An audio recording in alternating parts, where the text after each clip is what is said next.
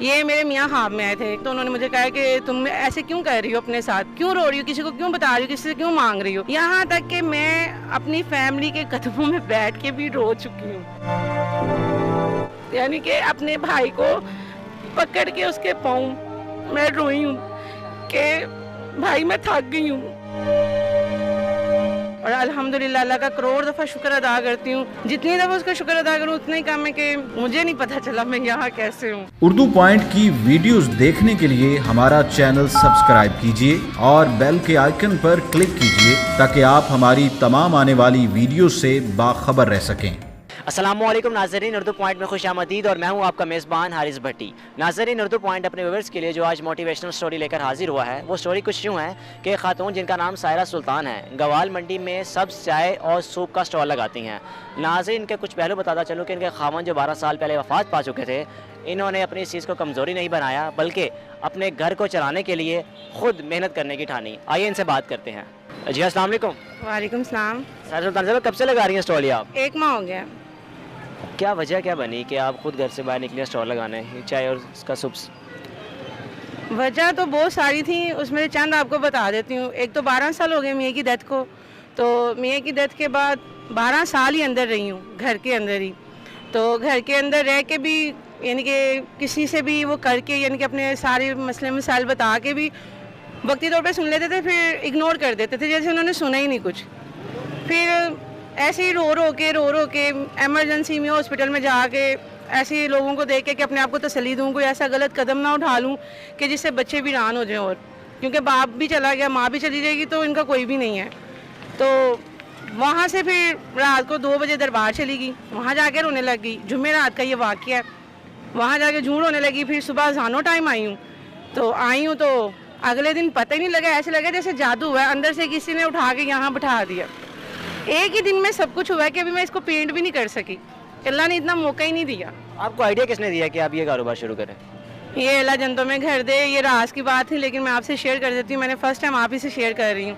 یہ میرے میاں خواب میں آئے تھے کیونکہ جب میں دربار گئی تھی نا رات کے ٹائم، تو جب میں صبح آئی تو بچے بیچارے سہمے ہوئے تھے، ڈرے ہوئے تھے کہ ماں ہماری پتہ نہیں کہاں چلی گئی ہمیں چھوڑ کے. تو جب میں سوئی تو دیکھا تو خواب میں آئے ہیں. تو انہوں نے مجھے کہا کہ تم ایسے کیوں کر رہی ہو اپنے ساتھ، کیوں رو رہی ہو، کسی کو کیوں بتا رہی ہو، کسی سے کیوں مانگ رہی ہو. بھائیوں کو بھی کہا، ماشاءاللہ میرے 5 بھائی ہیں، بھائیوں کو بھی کہا. انہوں نے کہا یہ تمہارے نصیب ہیں. تو میں نے کہا الحمدللہ اگر پھر نصیب ہیں تو پھر ٹھیک ہے، پھر نصیبوں کے ساتھ لڑنا سیکھ لیتی ہوں، پھر یہی کر سکتی ہوں میں. تو میاں ہاں میں انہوں نے کہا باہر چلی جاؤ، آپ دکان آپ کے پاس ہے، آپ جاؤ جا کے اپنے گھر کے باہر بیٹھو، کہیں جاب کرنے کی کوئی ضرورت نہیں. جاب کے لیے بھی بڑا نکلی ہوں، بڑے لوگوں کو بھی کہا لیکن آگے گئی ہوں تو رسپانس کچھ غلط تھا. تو میں نے کہا نہیں باہر نہیں جانا، ماشاءاللہ بیٹی ہے میری، بیٹا ہے، تو ان کو چھوڑ کے کہیں نہیں جانا. تو پھر میاں صاحب آئے ہیں، اللہ کا حکم ہوا ہے، نبی کی دعائیں تھیں اور الحمدللہ اللہ کا کروڑ دفعہ شکر ادا کرتی ہوں. جتنی دفعہ اس کا شکر ادا کروں اتنا ہی کم ہے کہ مجھے نہیں پتہ چلا میں یہاں کیسے ہوں. بچے آپ کے پڑھ رہے ہیں؟ ماشاءاللہ الحمدللہ. ان کو پڑھانا ہے، بیٹی کی شادی کرنی ہے، یہ مسئلوں کے لیے تو باہر آئی ہوں کیونکہ بیٹی اب ماشاءاللہ بڑی ہو گئی ہے. اور جب سے میاں 12 سال سے گئے ہیں میں نے کبھی اپنے بہن بھائی رشتہ داروں کے سامنے یوں نہیں کیا کہ مجھے دو. الحمدللہ اللہ کی ذات سے ہی مانگا ہے اور اللہ نے ہی ہیلپ کی ہے. کیونکہ میرے ایک بڑے عزیز ہیں، میں ان کا نام نہیں لوں گی شاید انہیں برا لگ جائے، وہ ایک دفعہ میرے گھر میں بیٹھ کے کہہ کے گئے تھے کہ اگر اتنے تجھے اللہ پہ مان ہے تو پھر اس سے مانگ، پھر ہم سے کیوں مانگ رہی ہے. میں نے انہیں یہ کہا تھا کہ اب بس کر دو، تھک جاؤ، میں اب نہیں مانگتی. اس کا یہ مطلب نہیں کہ میں ٹھیک ٹھاک ہوں، تو کچھ خیال کرو، اب بچے بڑے ہو گئے ہیں، ذرا ان کے خرچے ورچے. تو بس اتنا ہی کہا تھا. تو انہوں نے کہا تھا کہ اللہ سے مانگو، اللہ سے مانگو. تم اللہ کا بڑا کہتی ہو نا، اللہ کا شکر ہے، اللہ کا شکر ہے، تو پھر مجھ سے کیوں مانگ رہی ہو. پھر وہ مائنڈ میں لے کے وہاں جا کے رونا پٹنا کہ یہ کیا ہو رہا ہے، اللہ سے بھی مانگ رہی ہوں، دے تو رہا ہے وہ، لیکن جو بچوں کے بڑے ہونے کے بعد خرچے بڑھ گئے ہیں وہ نہیں ہو رہے مجھ سے. تو میں اب کیا کروں. کھانا تو میں آپ کی دعا چاہیے بھائی، میں اس میں اللہ کی نہ شکری نہیں کرتی. کھانا تو میں 10 دفعہ بھی اللہ سے مانگتی ہوں، نہ مجھے دیتا ہے میرے بچوں کو. لیکن جو ایکسٹرا خرچے تھے نا وہ مجھے مار گئے، بل وغیرہ، فیسیں وغیرہ، بچوں کی فرمائشیں. پھر بیٹی ماشاءاللہ 14 سال کی ہوگی. اب جیسے جیسے وہ بڑی ہو رہی نیندیں آوازار ہونے لگ گئی ہیں. کہ نہیں کل کو اس کی شادی کروں گی تو کل کو پھر کسی نے یہی کہہ دیا کہ اللہ کرتا ہے اللہ سے مانگ، تو پھر میں تو شرمندہ ہو جاؤں گی میں وہاں پہ. میرے اللہ تو اتنا سچا ہے، اتنا پکا ہے کہ میرا تو ایمان ہی اسی پہ ہے. بھوکا بھی وہی رکھتا ہے، رجاتا بھی وہی ہے. تو جب اللہ ہی سب کچھ کرتا ہے تو پھر میں نے اللہ سے کہا یا اللہ تو ہی آ جا، تو ہی میرے سامنے آ کے مجھے بتا کہ یہ جو لوگ ہیں جھوٹے ہیں کہ سچے ہیں. اللہ پاک نے ان کو جھوٹا کر دیا اور اپنی ذات کو سچا کر دیا، اور الحمدللہ میری سوچ سے زیادہ ہی مجھے مل رہا ہے. آپ کب لگاتی ہیں، شروع کب کرتی ہیں یہ کام؟ یہ میں 3 ساڑھے 3 شروع کرتی ہوں، اور جب اللہ کا حکم ہوتا ہے 11 بجے 12 بجے 1 بجے 2 بجے. کل تو ماشاءاللہ میں 10 بجے گھر تھی، اللہ کے صدقے جاؤں.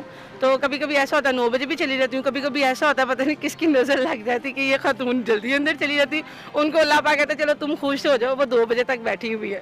یعنی کہ 2 بھی بجے لیکن آپ جاتی نہیں، پورا بیچ کے جاتی ہیں؟ ماشاءاللہ الحمدللہ تازہ لاتی ہوں اور تازہ ہی بیچ کے جاتی ہوں.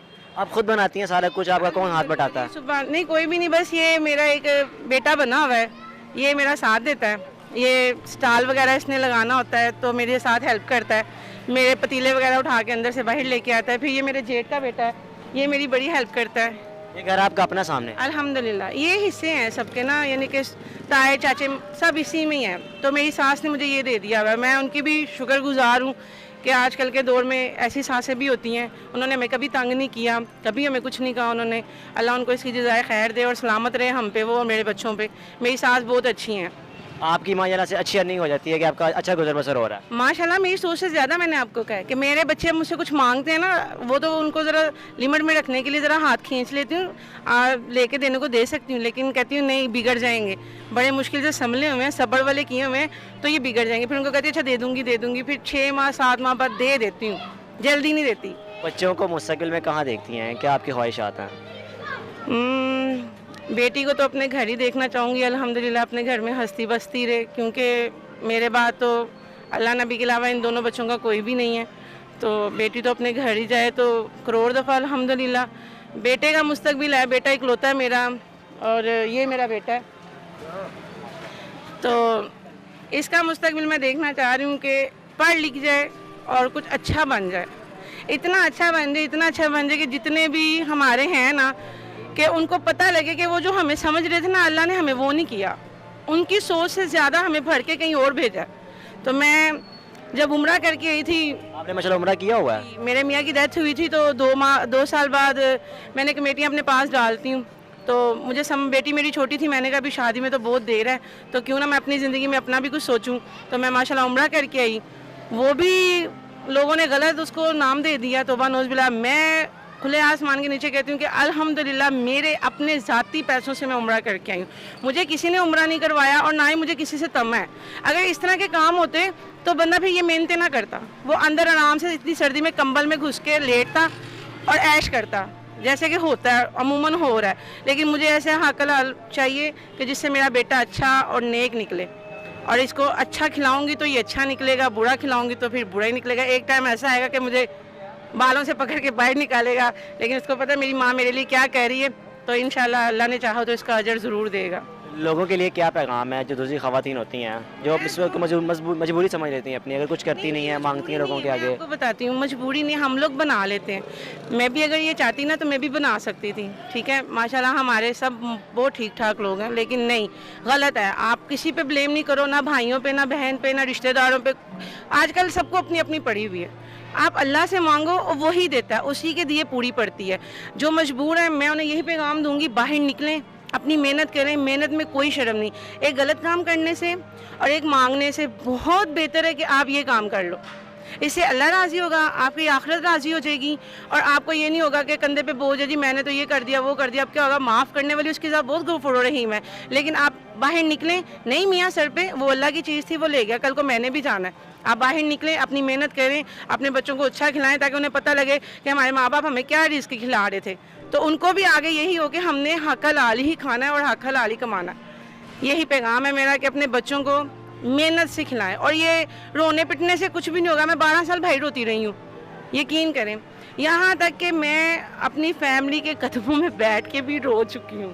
یعنی کہ اپنے بھائی کو پکڑ کے اس کے پاؤں میں روئی ہوں کہ بھائی میں تھک گئی ہوں.